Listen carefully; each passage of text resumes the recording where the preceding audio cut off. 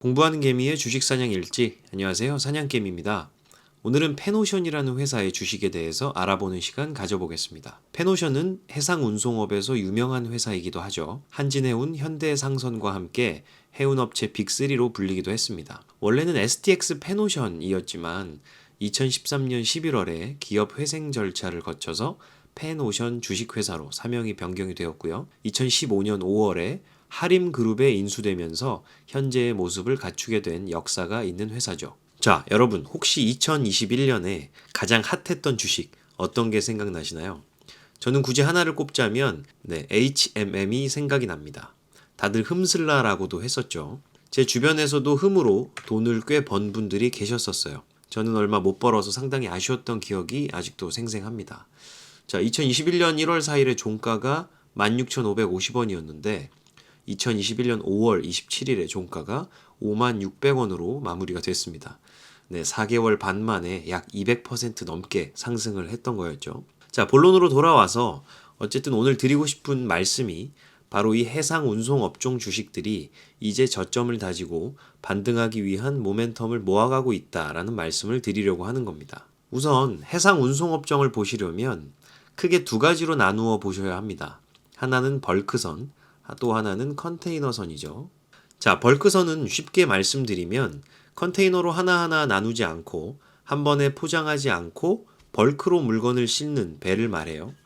잘 쪼개기 어려운 물건들이 해당이 되겠죠. 그 중에 철광석, 석탄, 목재, 곡물 등 이 고체형 화물들은 우리가 드라이 카고라고 하고요. 원유, 가솔린, 화학제품, 천연가스 등 액체 및 반액체형 화물은 리퀴드 카고라고 부릅니다. 자, 컨테이너선은 반대로 하나하나 정해진 규격이 있는 컨테이너를 실어서 나르는 배를 의미합니다. 다양한 물건들이 실릴 수 있겠지만 대체로 제조업 관련된 상품들이 큰 비중을 이루죠. 자, 이번 영상에서 말씀드리려고 하는 페노션이 바로 이 벌크선 비중이 높은 회사고요.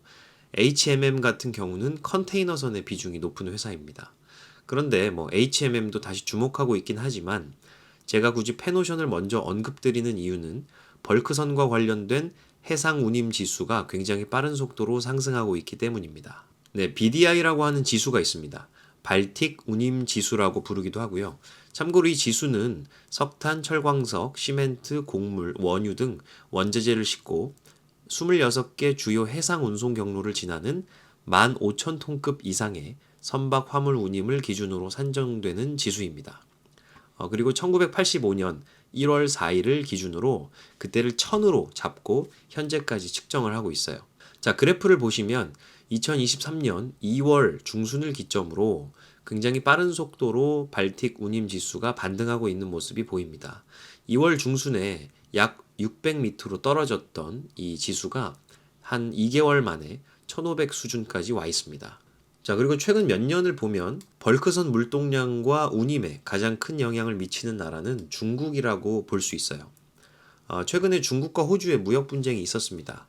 그것 때문에 호주에서 생산되는 석탄을 사실 중국에서 거의 수입을 하지 못했었는데요. 다만 최근 들어서 다시 중국과 호주의 무역 분쟁이 화해 국면으로 접어들었다는 이러한 뉴스가 나왔습니다. 자, 그렇게 되면 중국의 호주산 석탄 수입이 다시 증가할 것이겠죠. 자, 그리고 그에 따라서 벌크선의 물동량도 늘어날 겁니다. 또한 현재 중국 철광석의 수입 가격이 반등하고 있어요.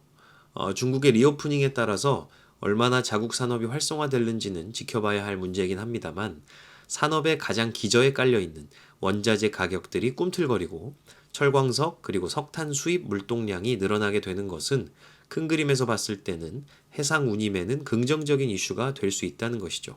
그리고 회사 자체적으로는 연속 항해 용선 계약이라는 것을 현재 38건을 유지하고 있다고 합니다. 여기서 말하는 연속 항해 용선 계약이라는 것은 쉽게 말씀드리면 화물주가 화주라고도 하죠. 장기간 보통 15년 이상 특정 전용선을 계약하는 것을 말합니다.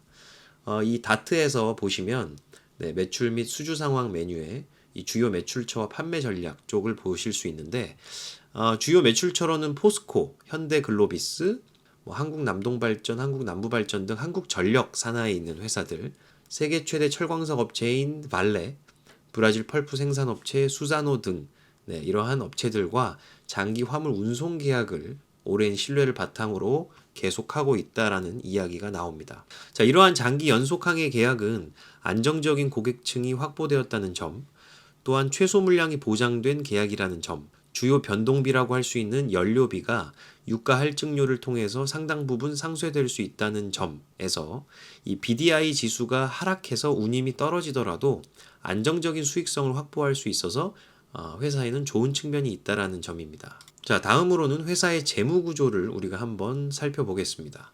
네, 분기별 매출액과 영업이익이 2021년 하반기부터 점차 커지고 있는 모습입니다. 그리고 말씀드렸던 대로 페노션의 부문에서, 사업 부문에서 벌크 부문이 68.5%로 가장 큰 부분을 차지하고 있죠. 이 매출액과 영업이익이 좋아짐에 따라서 해당 시기부터 영업활동 현금 흐름도 계속 좋아지고 있는 모습 보입니다. 투자는 계속 활발해지고 있고요. 재무활동 현금 흐름도 지속적으로 마이너스인 것을 보아 채무를 적절하게 상환하고 있는 것으로 보입니다. 자, 그리고 지역별 실적 보시면 아시아 매출이 51.1%입니다. 그 중에서도 앞서 말씀드렸던 중국 쪽 매출이 큰 것으로 보여요. 중국의 리오프닝에 따라서 아시아 쪽 매출이 급격히 또 상승할 수 있는 구조라고 볼 수 있겠습니다. 재무 현황 보시면 부채 비율도 현재 68% 정도로 안정적인 수준을 유지하고 있습니다. 매출 채권 회전율, 재고자산 회전율, 매입 채무 회전율도 점차 높아지는 것으로 보아서 기업의 영업 효율성이 점차 좋아지고 있다는 것을 보여줍니다. 현금 회전일수는 점점 줄어들어가고 있죠. 그만큼 현금이 빠르게 돌기 시작한다는 소리입니다. 네, 현금이 빨리 돌아야 기업에는 당연히 좋겠죠. 자, 현금 흐름도 앞서 말씀드렸던 대로 상당히 좋고요. 잉여 현금 흐름도 충분히 늘어나고 있는 모습이 보입니다. 여기 보이는 CCR 지표는 현금 전환 비율이라고 해서 회계적인 이익인 당기 순이익을 대비해서 영업 현금 흐름이 얼마나 좋은지를 평가하는 지표인데요. 쉽게 생각하시면 이 CCR이 1 이상으로 유지가 되고 있으면 괜찮다고 합니다. 지금 보시면 한 2.1 정도죠. 계속 1 이상으로 유지는 되고 있고 현재는 2.1이기 때문에 좋은 상태를 유지하고 있다라고 봐주시면 될 것 같습니다. 자, 다음으로 ROE와 PBR을 좀 살펴보면요. 2018년도 1분기에 비해서 2022년 4분기에 ROE는 6%에서 15.1%로 높아졌고요. PBR은 1.1에서 0.7로 낮아졌습니다. 즉 이익률은 좋아졌고 주식은 저평가되어 있다는 소리겠죠.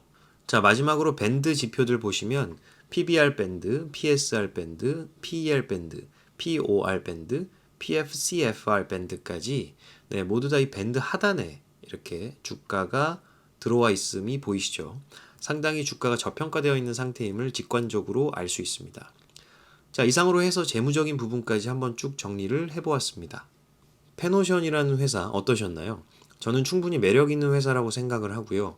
지금 주가 수준이 분할 매수로 접근하기에 좋은 시기라는 생각입니다.